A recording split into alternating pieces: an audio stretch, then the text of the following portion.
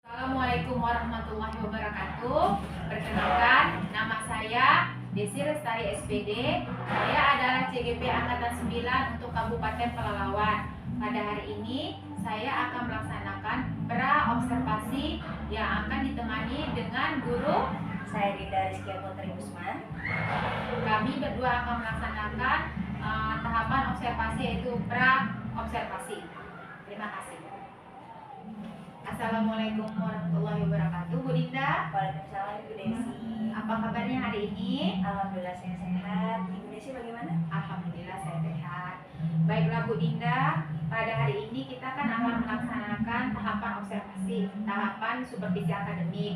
Yang mana supervisi akademik itu terdiri dari 3 tahapan. Yang pertama pra-observasi, kemudian observasi, dan terakhir adalah pasca observasi. Ya. Pada hari ini kita akan melaksanakan pra-observasi terkait dengan kegiatan supervisi akademik yang akan dilaksanakan 3 hari ke depan ya Bu Dinda ya. Insya Allah 3 hari dulu ya. Oke. Kemudian adapun tujuan kita melaksanakan kegiatan pra-observasi ini adalah untuk membantu nanti kita berdiskusi dengan Bu Dinda hal-hal apa saja yang akan diperlukan atau hal apa saja yang ingin kita bicarakan mengenai tentang pelaksanaan supervisi akademik nanti Bu Dinda tentunya. Kemudian sehingga bisa meningkatkan kemampuan Bu Dinda secara akademik dalam proses belajar pembelajaran. Selanjutnya Bu Dinda,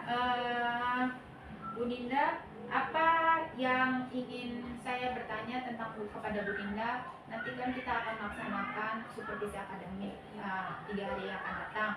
Harapan apa yang Ibu Dinda harapkan pada pertemuan pada hari ini? Kalau harapan saya berharap sangat besar Bu ya dalam pertemuan kita ini adanya nanti evaluasi setelah kita berdiskusi. Mungkin kalau misalkan ada kekurangan, misalkan dari media ataupun dari materi saya yang merasa kurang, nanti Ibu akan memberikan sedikit arahan dan itu akan jadi memperbaiki untuk saya 3 hari ke depan nanti saat adanya supervisi seperti itu. Berarti harapan Bu Dinda setelah kegiatan pra-observasi ini untuk pelaksanaan supervisi akademik besok 3 hari ke depan, Bu Dinda akan mendapatkan lebih banyak pencerahan lah ya Bu Dinda ya. Kemudian Bu Dinda besok kan Bu Dinda akan menyampaikan materi itu pada waktu pelaksanaan supervisi. Benar. Materi apa yang ingin Ibu Dinda sampaikan? Kebetulan saya akan mengemban mata pelajaran saat supervisi itu mata pelajaran saya ambil adalah IPA Ibu ya. Itu materi yang berkenaan dengan organ gerak dan fungsi gerak pada manusia maupun hewan. Seperti itu yang saya akan ambil. Berarti nanti waktu pas supervisi Bu Dinda akan memberikan materi tentang fungsi dan organ gerak pada manusia dan tumbuhan. Hewan, betul. Iya, pada hewan ya, Hewan. Bu Dinda. Jadi dari materi itu tujuan pembelajaran yang ingin Ibu Dinda capai apa? Saya berharap tujuannya itu anak dapat memahami. Setelah anak dapat memahami materi yang saya ajarkan, anak dapat menyebutkan kembali gitu Bu ya, materi yang saya berikan. Setelah anak dapat menyebutkan, sambil anak dapat menuliskan kembali apa itu alat gerak, bahkan hingga dari alat geraknya, fungsi sampai fungsinya, anak dapat menuliskan kembali apa itu alat gerak dari hewan udara, darat maupun laut nantinya. Saya berharap begitu tujuannya. Berarti tujuan pembelajaran Bu Dinda yaitu yang pertama anak dapat memahami ya, kemudian anak dapat menuliskan dan anak dapat menjelaskan fungsi dan alat gerak daripada manusia dan hewan ya. Selanjutnya Bu Dinda, dari tujuan pembelajaran itu tentu ada hal yang ingin Ibu Dinda kembangkan. Iya. Kira-kira apa yang ingin Ibu Dinda kembangkan dari tujuan pembelajaran itu? Dari tujuan itu kan tadi mengamati Bu ya. Iya. Dalam mengamati itu, setelah mengamati anak dapat menuliskan kembali. Saya berharap anak itu dapat menuliskan kembali alat-alat gerak tadi secara detail. Setelah dapat menuliskan dari yang saya paparkan, anak dapat mendiskusikan kembali kepada teman-temannya. Setelah itu dapatlah evaluasi hasil akhirnya gitu yang saya harapkan. Oke, yang ingin Bu Dinda kenalkan berarti keterampilan anak tadi ya? Keterampilan anak tadi dari mengamati agar anak nanti bisa menuliskan dan menjelaskan. Berarti berkaitan berhubungan dengan kemampuan berkomunikasi anak tunarungu ya. Untuk mencapai tujuan tersebut untuk mencapai keinginan Bu Dinda mengembangkan kemampuan berkomunikasi anak tunarungu tersebut, kira-kira hal apa yang sudah Ibu Dinda siapkan? Untuk sejauh ini saya sudah menyiapkan kebetulan RPP berdiferensiasi Bu ya. Nah setelah RPP diferensiasi saya sudah menyiapkan PPT kebetulan Kak Korporin, karena kebetulan anak saya tunarungu itu adalah anak yang fokusnya hanya visual, kemampuan visualnya yang harus saya kembangkan, dan media-media yang siapkan juga berupa gambar-gambar yang menarik minat anak dalam saya memaparkan materi nanti. Oke, berarti itu materinya ya, medianya ya. Iya. Bu Dinda sudah menyiapkan RPP berdiferensiasi, kemudian medianya sudah Bu Dinda sesuaikan dengan kebutuhan anak, yaitu media yang bentuknya visual ya, karena anak Bu Dinda tunarungu. Berdiferensiasi ini yang bagaimana yang Bu Dinda laksanakan untuk anak ini tadi? Kalau berdiferensiasi tadi, saya kebetulan yang saya bilang gaya belajar anak, gaya belajar anak. Karena gaya belajar anak saya visual, jadi saya akan lebih mengutamakan pembelajaran yang anak saya minati tentunya Bu ya. Karena anak saya visual tadi ya, saya semenarik mungkin gambar-gambarnya. Kalau misalkan ada beberapa anak yang tidak visual, berarti saya akan mengembangkan dari gaya belajarnya. Misalkan kayak anak saya ada beberapa yang kinestetik kan Bu ya. Nah jadi kinestetiknya yang dia dikembangkan, tapi kebetulan kebanyakan dari anak saya adalah visual, kayak media berkembang saya kembangkan. Dinda ke ini ya Bu ya, ke konten ini ya Bu ya, berdiferensiasi ke konten yang akan. Apakah ada Bu Dinda ingin mengembangkan di situ KSE-nya, kemampuan anak, kemampuan sosial emosional anak di situ?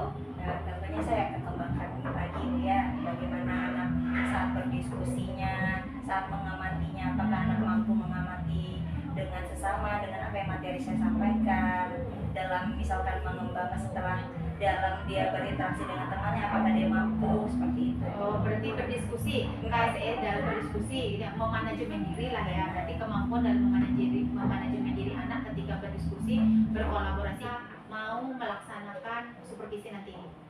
Mungkin kalau yang saya bayangkan saya ya Bu ya, karena kebetulan anak saya tunarungu, mungkin ada sedikit tantangan saat saya menjelaskan kembali ke anak apa itu alat-alat gerak organnya, itu otomatis kan sedetail mungkin kan Ibu ya, apalagi anak tunarungu.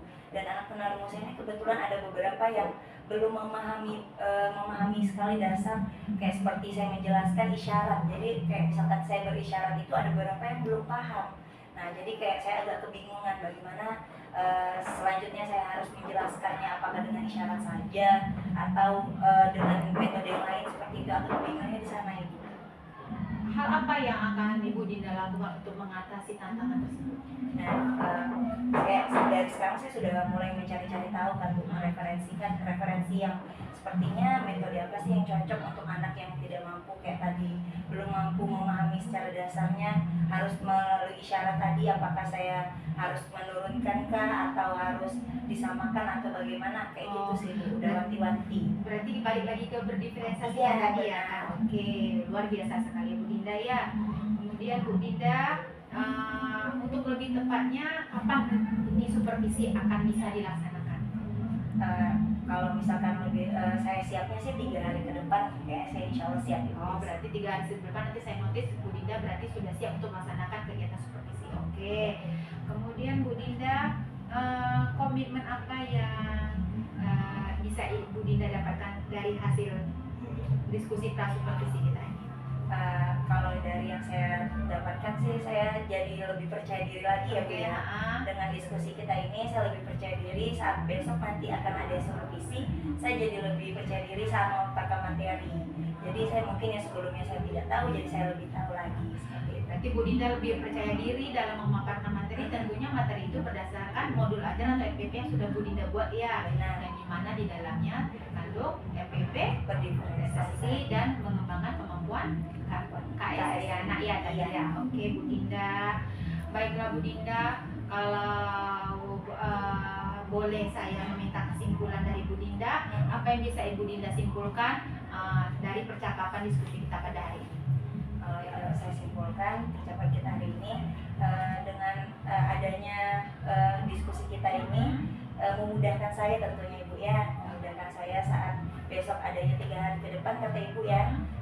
Terus juga selain memudahkan saya, kita dapat berdiskusi bagaimana memecahkan masalah dalam anak saya nantinya. Oke, iya, luar biasa sekali Bu Dinda ya, dengan komitmennya, dengan kesimpulannya Bu Dinda bisa menemukan sendiri loh jalan keluar dari hal apa yang akan Ibu Dinda laksanakan nanti pas di supervisi.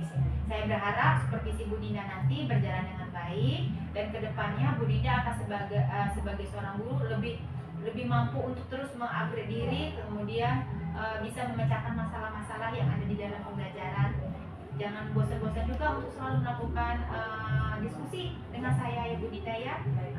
Baiklah Bu Dinda, saya ucapkan terima kasih karena telah mau meluangkan waktu untuk melaksanakan kegiatan pra observasi pada supervisi akademik.